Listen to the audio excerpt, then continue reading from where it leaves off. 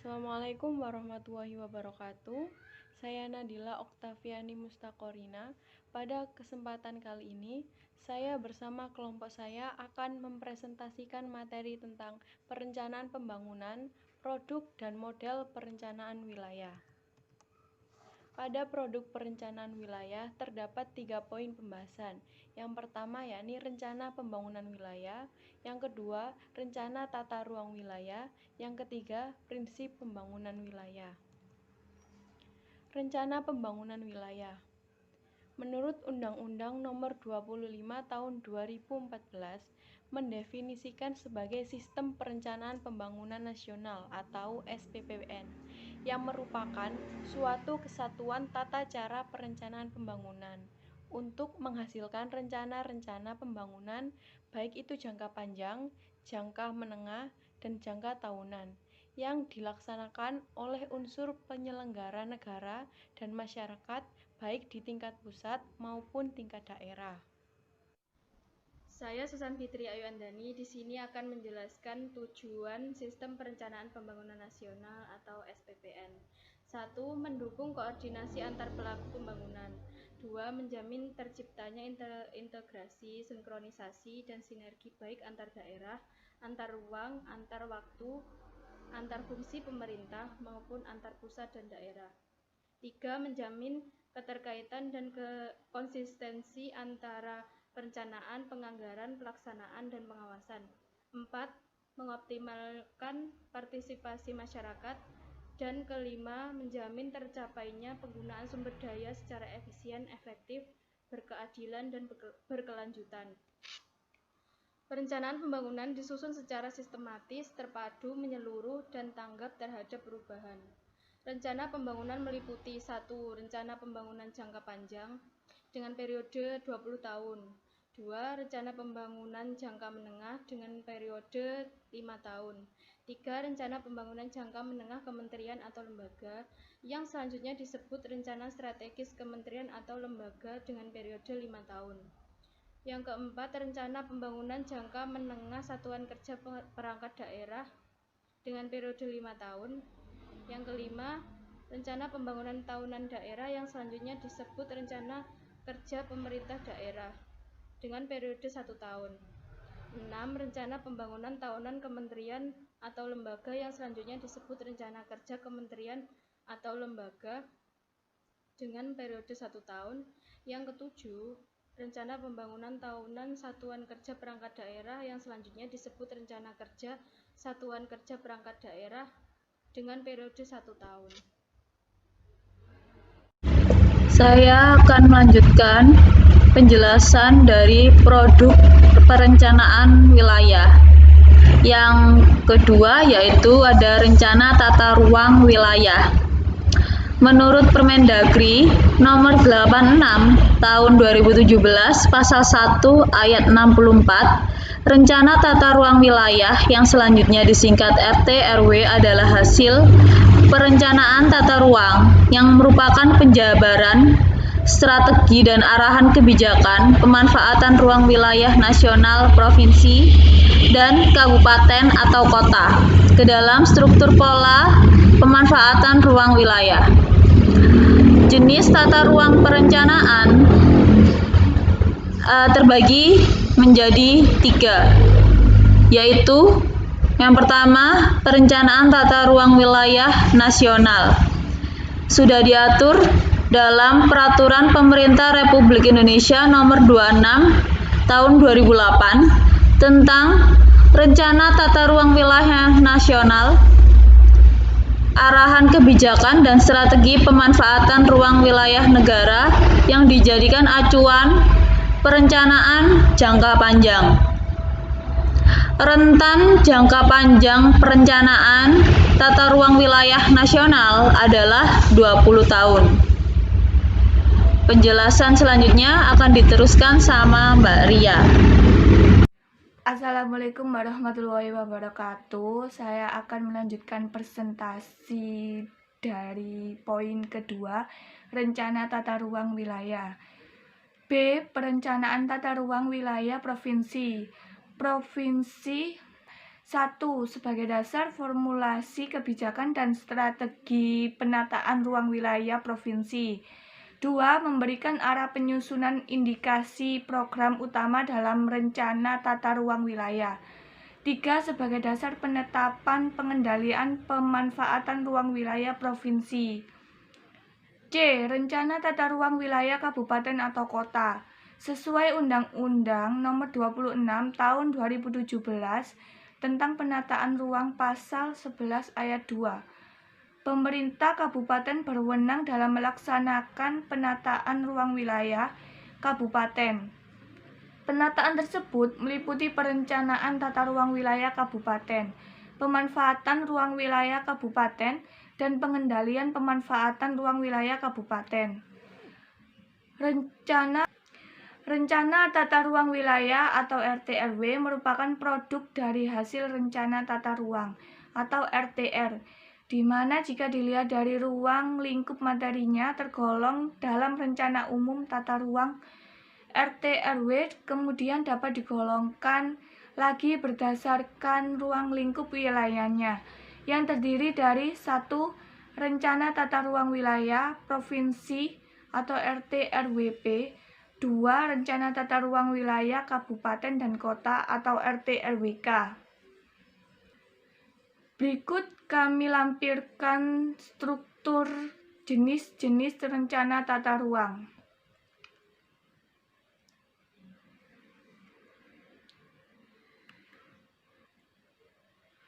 Kemudian kami lampirkan juga struktur proses penyusunan RTRW.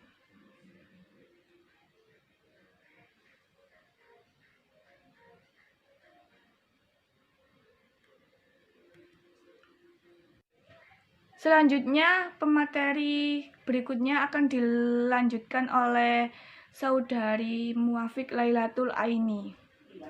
Saya Muafiq Lailatul Aini di sini akan menjelaskan sedikit mengenai prinsip pembangunan wilayah. Berdasarkan Undang-Undang Nomor 25 Tahun 2004 Pasal 2 Ayat 1 mengatakan bahwa pembangunan nasional diselenggarakan berdasarkan demokrasi dengan prinsip-prinsip kebersamaan, berkeadilan, berkelanjutan, berwawasan lingkungan, serta kemandirian dengan menjaga keseimbangan, kemajuan, dan kesatuan nasional. Selanjutnya saya akan menjelaskan sedikit mengenai prinsip kebersamaan dan prinsip keadilan. Prinsip kebersamaan yakni pembangunan tidak ada yang dilakukan secara sendiri-sendiri. Pembangunan merupakan hasil bersama, sehingga sekecil apapun peran masyarakat terkait dalam pembangunan sangat berarti. Dalam pembangunan, seluruh sistem bekerja sama dalam mewujudkan pembangunan. Kemudian, prinsip berkeadilan. Keadilan merupakan ukuran yang harus diberikan guna mencapai keseimbangan antara kepentingan pribadi dan kepentingan bersama. Dalam konteks pembangunan bangsa Indonesia, keadilan tidak bersifat sektoral, tetapi meliputi ideologi Ek Pole Susbudhankam untuk menciptakan masyarakat yang adil dan makmur, adil dalam kemakmuran dan makmur dalam keadilan. Prinsip pembangunan wilayah dibagi menjadi 3, yaitu prinsip kebersamaan, berkeadilan, dan berkelanjutan. Prinsip berkelanjutan adalah sudah diatur dalam Undang-Undang Nomor 32 Tahun 2009 Pasal 1 Ayat 3 yang berbunyi, pembangunan berkelanjutan adalah upaya sadar dan terencana yang memadukan aspek lingkungan hidup, sosial, dan ekonomi ke dalam strategi pembangunan untuk menjamin kebutuhan lingkungan hidup serta keselamatan, kemampuan, kesejahteraan, dan mutu generasi muda masa depan. Adapun prinsip-prinsip pembangunan meliputi ekonomi, equity, energi, ekologi, dan peran serta. Pada materi model perencanaan wilayah, kami akan menjelaskan yang pertama konsep dasar model perencanaan wilayah, yang kedua masalah dan tantangan model wilayah, yang ketiga dimensi dan tantangan model wilayah, yang keempat pendekatan sektoral dan regional, dan yang kelima yakni perencanaan pembangunan daerah dan sektoral. Saya Santi Dwi Novia. Di sini saya akan menjelaskan konsep dasar model perencanaan wilayah. Yang pertama, ada model aggregate. Model ini biasanya digunakan untuk menentukan laju pertumbuhan PDB dengan asumsi yang disederhanakan. Yang kedua, ada model perencanaan pembangunan bottom up dan top down. Yang ketiga, ada perencanaan pembangunan bottom up. Yang keempat, ada konsep partisipatif dalam proses pembangunan bottom up. Yang kelima, ada perencanaan pembangunan top down. Permasalahan dalam perencanaan wilayah. Yang pertama, permasalahan mikro merupakan permasalahan yang berkaitan dengan pembangunan proyek, baik dari sudut pandang pengelolaan atau sudut pandang proyek. Yang kedua, permasalahan makro merupakan permasalahan murni pemerintah untuk melihat kaitan proyek dengan program pemerintah secara menyeluruh. Yang ketiga, sistem transportasi dilihat dari keefisienan penetapan lokasi. Apakah penetapan lokasi dapat mengakibatkan sistem transportasi yang tidak sesuai? Misalnya, lokasi perumahan yang jauh dari tempat kerja akan memunculkan kepadatan lalu lintas dan mendorong munculnya hingkos ekonomi. Tantangan dalam perencanaan wilayah ada 3. 1. Cepatnya perubahan teknologi. Di era globalisasi saat ini, informasi memiliki nilai ekonomi yang mampu mendorong pertumbuhan ekonomi serta mewujudkan daya saing suatu bangsa. Sehingga mutlak diperlukan suatu kemampuan untuk mengakses informasi. Perencanaan wilayah harus memperhatikan ketersediaan infrastruktur telematika yang sampai saat ini belum dapat merata dan belum sepenuhnya dirasakan oleh kalangan masyarakat. Perkembangan sistem dasar yang maju, berdaya saing tinggi, dan berbasis IT harus direspon dengan perubahan paradigma perencanaan wilayah. Dalam hal ini perlu dilakukan penataan kembali daerah-daerah yang dikategorikan miskin dan lemah agar mampu meningkatkan daya saing, manajemen produksi, dan teknologi tepat guna berbasis lokal yang mampu mempengaruhi daerah lainnya secara timbal balik. 2. Sulitnya memperbarui dan memperbanyak potensi wilayah. Perencanaan pembangunan wilayah ditujukan untuk mengupayakan keserasian dan keseimbangan pembangunan antar daerah sesuai dengan potensi alamnya dan memanfaatkan potensi tersebut secara efisien, tertib, dan aman. Dalam mengidentifikasi potensi dari wilayah atau subwilayah, perlu dilakukan analisis untuk menentukan sektor basis atau non-basis ekonomi di wilayah atau subwilayah tersebut. 3. Lahan yang dibutuhkan. Ketidakseimbangan antara demand dan supply lahan sering mendorong perluasan kota ke daerah pinggirannya sehingga mengurangi wilayah pertanian. Alih fungsi lahan dalam arti perubahan penggunaan lahan pada dasarnya tidak dapat dihindarkan dalam pelaksanaan pembangunan. Peningkatan jumlah penduduk yang pesat serta bertambahnya tuntutan kebutuhan masyarakat akan lahan yang biasa digunakan untuk permukiman karena padat kependudukannya seringkali mengakibatkan benturan kepentingan atas penggunaan lahan serta munculnya ketidaksesuaian antara penggunaan lahan dengan rencana peruntukannya. Sedangkan lahan yang bersifat terbatas dan tidak bisa ditambah kecuali dengan adanya reklamasi. Keterbatasan lahan di perkotaan juga menyebabkan kota berkembang fisik ke arah pinggiran kota. Terkait dengan penggunaan lahannya, daerah pinggiran merupakan wilayah yang banyak mengalami perubahan lahan, terutama perubahan penggunaan lahan pertanian menjadi lahan non-pertanian, yang disebabkan dengan adanya pengaruh perkembangan kota di dekatnya.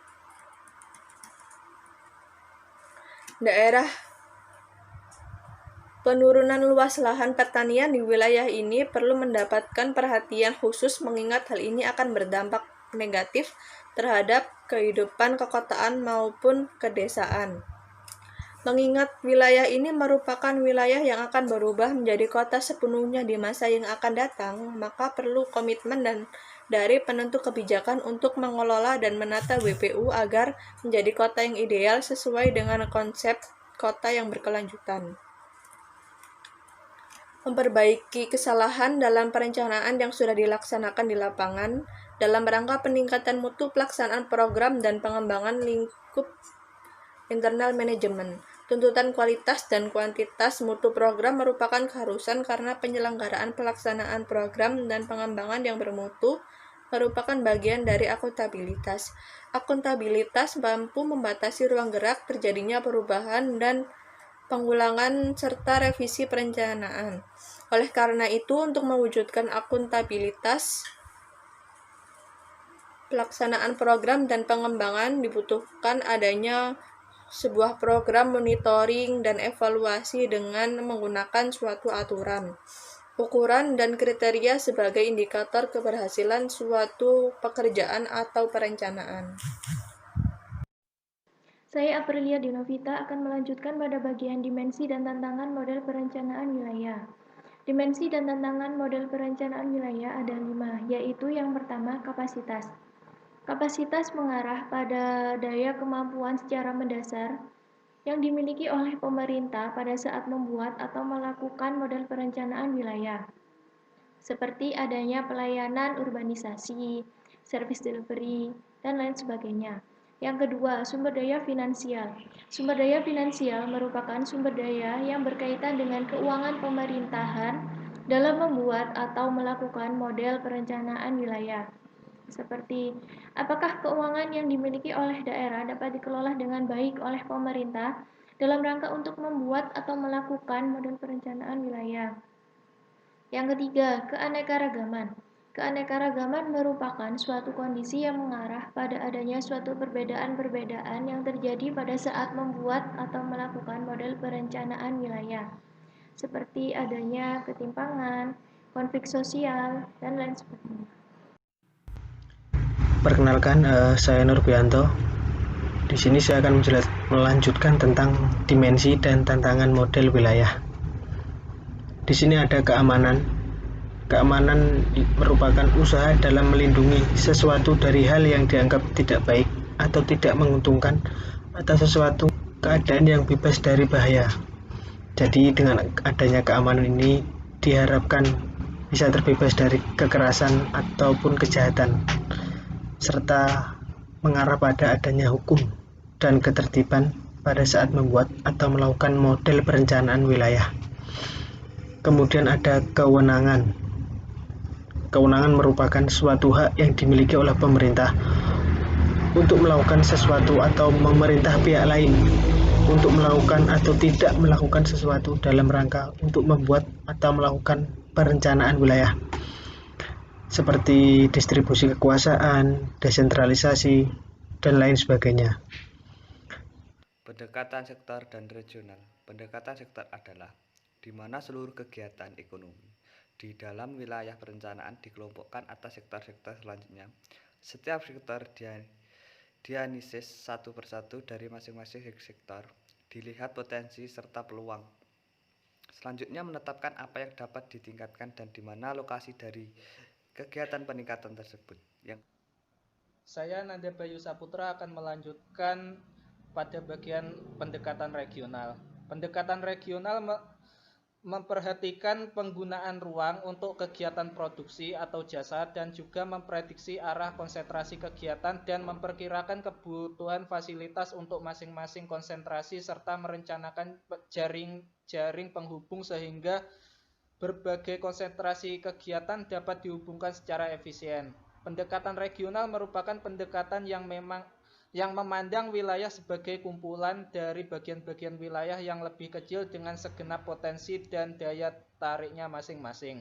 Pendekatan regional dapat menjawab berbagai pertanyaan yang belum terjawab jika hanya menggunakan pendekatan sektoral, seperti lokasi dan berbagai kegiatan ekonomi yang akan mengalami perkembangan.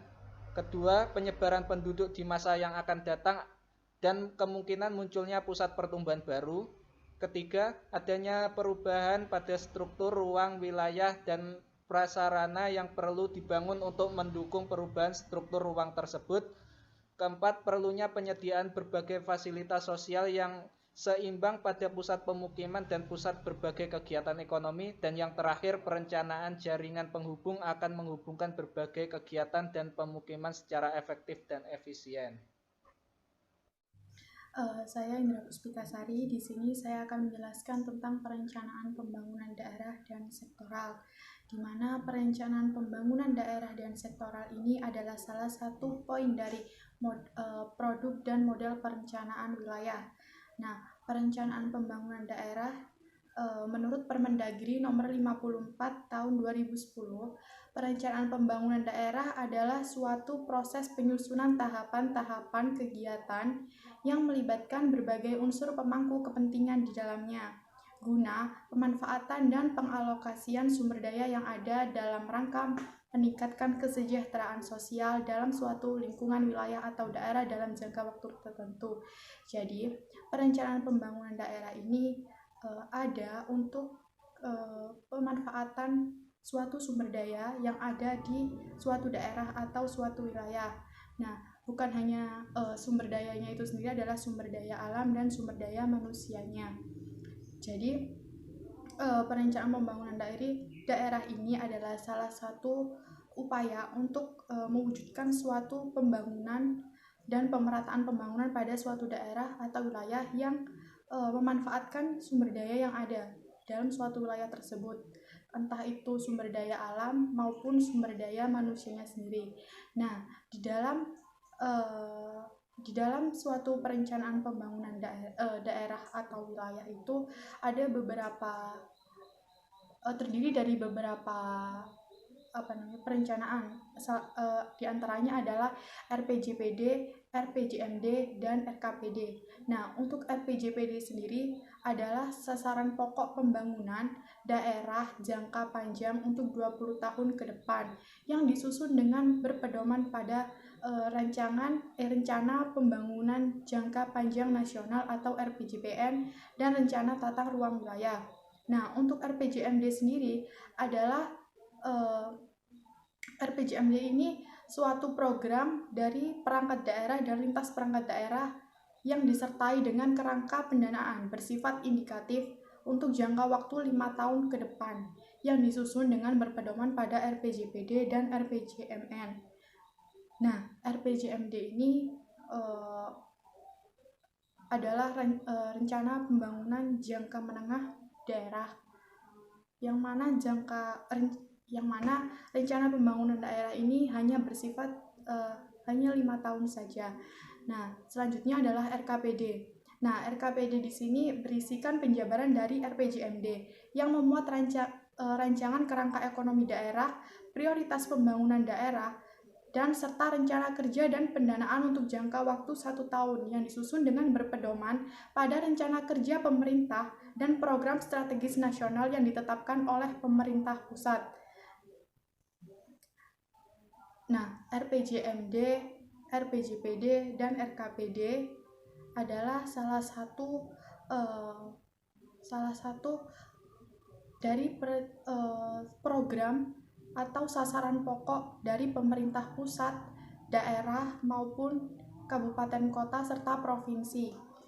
Nah, untuk tujuan perencanaan pembangunan daerah sendiri adalah menyusun suatu rencana pembangunan yang merupakan acuan pemerintah daerah untuk melaksanakan pembangunannya yang didasarkan pada kemampuan dan potensi sumber daya alam dan manusia, serta peluang-peluang ekonomi yang ada, sehingga memungkinkan dapat ditangkap secara cepat.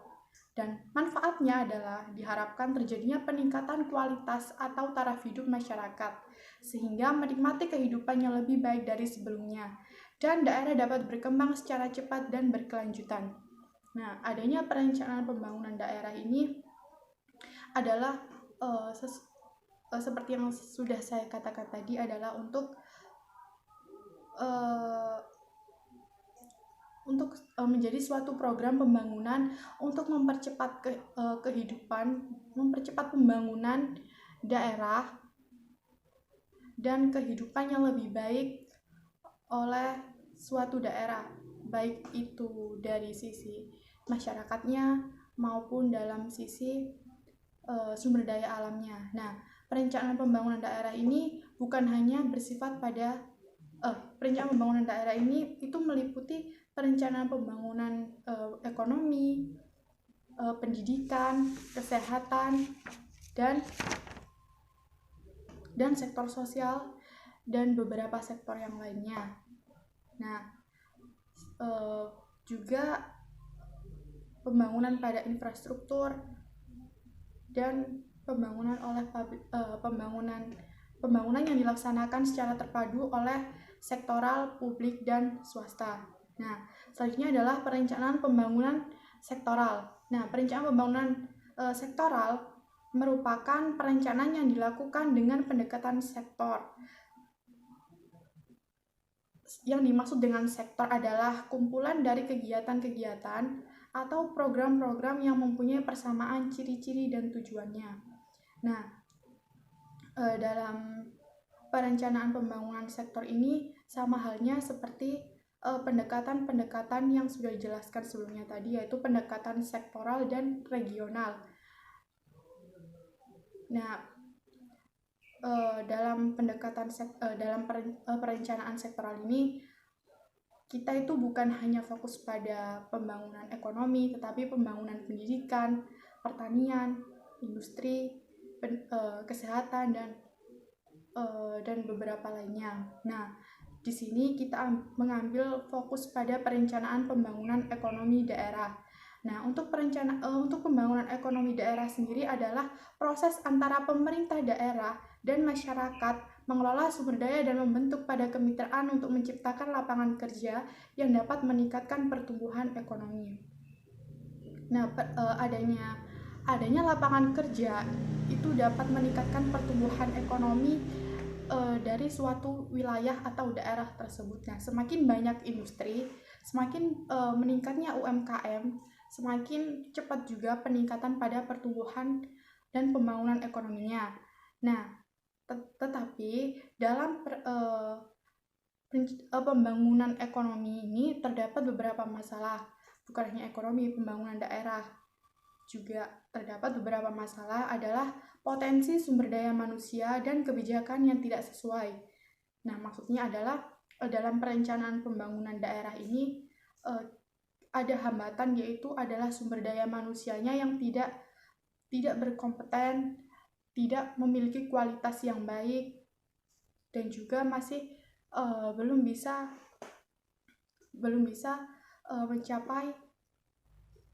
mencapai target yang diinginkan oleh pemerintah daerah. Nah, ada beberapa teori pertumbuhan dan pembangunan daerah, yaitu menganalisis perekonomian suatu daerah dan menentukan pertumbuhan ekonomi suatu daerah. Nah, peran pemerintah dalam pembangunan daerah adalah sebagai entrepreneur, koordinator, fasilitator, dan stimulator kepada masyarakat di suatu daerah atau wilayah tersebut. Nah, strategi pembangunan ekonomi daerah adalah antara lain pengembangan fisik seperti infrastruktur, dunia usaha seperti peningkatan pada UMKM, sumber daya manusianya dan masyarakat, maksudnya adalah meningkatkan kualitas pendidikan, kualitas kesehatan, yang mana itu dapat menunjang perbaikan dalam sumber daya manusia dan masyarakatnya pada daerah tersebut. Nah, sedangkan implikasinya adalah pembangunan ekonomi daerah yang realistik, tampak baik secara nasional, dan perangkat keseimbangan yang tersedia untuk pembangunan daerah. Ukuran-ukuran pertumbuhan ekonomi dan keterkaitannya adalah ukuran keterkaitan ekonomi menggambarkan hubungan antara perekonomian daerah dan ukuran daerah dengan lingkungan sekitarnya. Dan terakhir, hal yang dibutuhkan dalam pembangunan ekonomi daerah adalah kependudukan, data-data kependudukan, karakteristik ekonomi, kondisi fisik atau lokalisasi, dan layanan jasa bagi masyarakat. Nah, yang terakhir adalah prinsip penting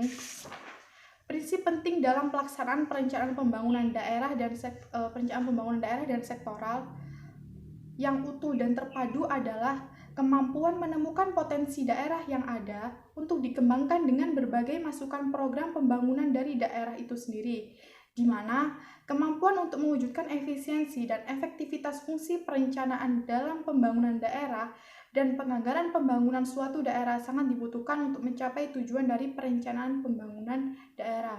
Jadi, dapat saya simpulkan bahwa perencanaan pembangunan daerah dan sektoral itu tidak luput dari kerjasama antara pemerintah daerah, pemerintah pusat, pemerintah provinsi, dan juga stakeholder yang paling utama adalah masyarakatnya sendiri. Ya, sekian dari saya. Terima kasih.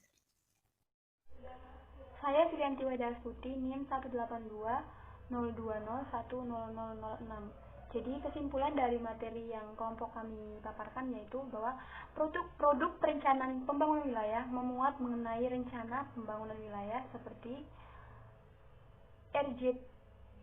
RPJPD, RPJMD, dan RKPD yang dimana termasuk dalam dokumen perencanaan pembangunan wilayah. Jadi produk perencanaan pembangunan wilayah juga memuat mengenai rencana tata ruang yang diatur dalam Undang-Undang Nomor 26 Tahun 2007 tentang penataan ruang dan Permendagri Nomor 86 Tahun 2017. Jadi dalam perencanaan wilayah terdapat beberapa konsep dasar model perencanaan wilayah seperti masalah dan tantangan, tantangan, dimensi dan tantangan serta perencanaan pembangunan wilayah yang telah diatur dalam Peraturan Menteri Dalam Negeri Nomor 54 Tahun 2010 dan Undang-Undang Nomor 23 Tahun 2014 tentang pemerintahan daerah. Sekian presentasi dari kelompok kami. Wassalamualaikum warahmatullahi wabarakatuh.